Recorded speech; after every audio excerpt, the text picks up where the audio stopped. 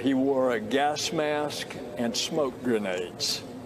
He set off the fire alarm so the kids would come out into the hallways.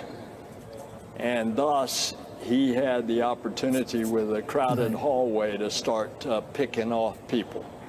I only saw the shooter about 20 feet from me, standing at the end of the hallway, actively shooting down the hallway, just a barrage of bullets. And I'm staring at him thinking, why is the police here? This is strange, because he's in full metal garb, helmet, face mask, bulletproof armor, shooting this rifle that I've never seen before. Everybody coming into the area stage south of the Sawgrass. They are monitoring the subject right now. He went from the third floor to the second floor. Third to the second floor. He may have a gas mask on now. Stand by for further. They're monitoring him on camera. He's now back down on the second floor. He was on the third, back on the second floor now. Be advised, the radios are having malfunction. He dropped the bag near the stairwell. Stand by for further. They're following him on video, on the camera. They had him exiting the building, running south. With each transmission, it's causing it to crash. It's overloaded right now. Spoke with a former student, Alexa Medic. She actually walked down the hall with the accused shooter, Nicholas Cruz, after she heard shots fired. She said, hey, Nicholas, this is what she told me on camera. We will have it for our 10 o'clock show. She said, hey, I just heard shots fired. I'm surprised it wasn't you. Just kidding, like that. He had this reaction, what? And then they parted ways. She said, I heard more shots after that. She thinks there was a second shooter. There was obviously definitely another shooter involved, but... Oh, you think he was not the only one? No, definitely not. Why do you say that?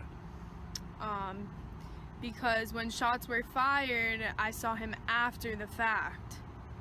So, and the shots were coming from the other part of the building. So there definitely had to be two shooters involved, I believe. Then do you think there was more than one shooter?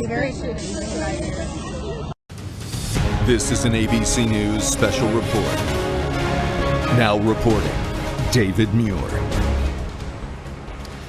Good afternoon, and we come to you live from Parkland, Florida at this hour, where we are expecting to hear from the sheriff here in Broward County as a new and darker portrait begins to emerge in this case that took so many lives in the last 24 hours. We, of course, know that the suspect in this case, 19-year-old Nicholas Cruz, was in court today, and we've learned quite a bit from not only his court appearance, but from the affidavit about his past, about what might have motivated him to commit such acts. And as you can see in front of the microphones, they are now beginning to gather, where the sheriff is expected to offer more about the timeline. Let's join. The law enforcement briefing tonight. I'm going to start off by giving you a timeline and talk about the events that happened yesterday. I'm then going to introduce Peter Forcelli, the SAC of ATF, and he's going to talk about the origin of the rifle. And then lastly, you'll hear from a special agent in charge of the FBI, Rob Lasky, and he's going to expound a little bit more on the tip. Then I'll come back to the podium, we'll answer some questions. So I wanted to start out by telling you an Uber car dropped off the suspect at 2019 yesterday, 2:19 p.m. at Stoneman Douglas High School. The suspect entered the east stairwell, that's building 12, with a rifle inside a black, soft case. The suspect exited the stairwell, pulled the rifle out of the case.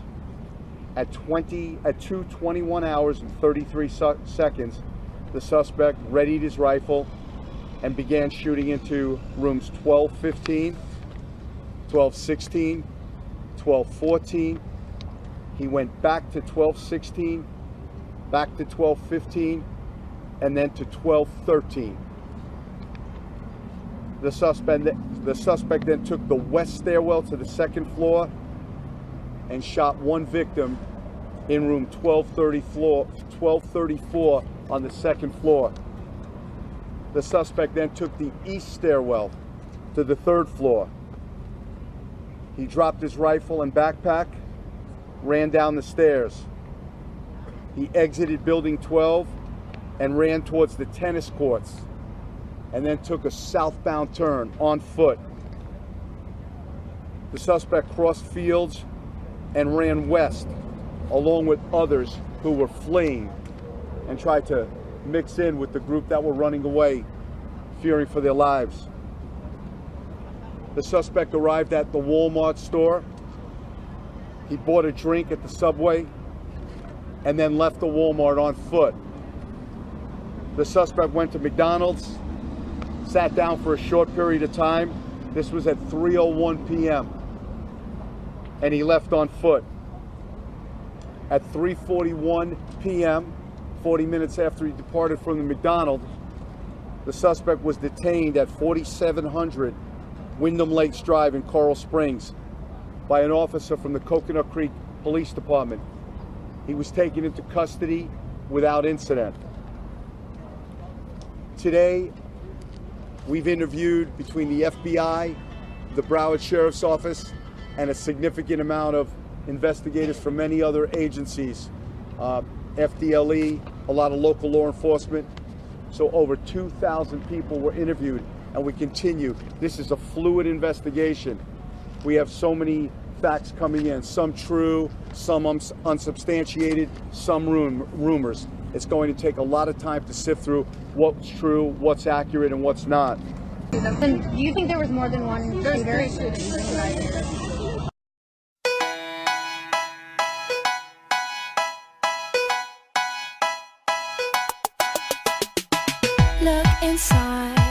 Look inside your tiny mind and look a bit harder, 'cause we're so uninspired, so sick and tired of all the hatred you harbor.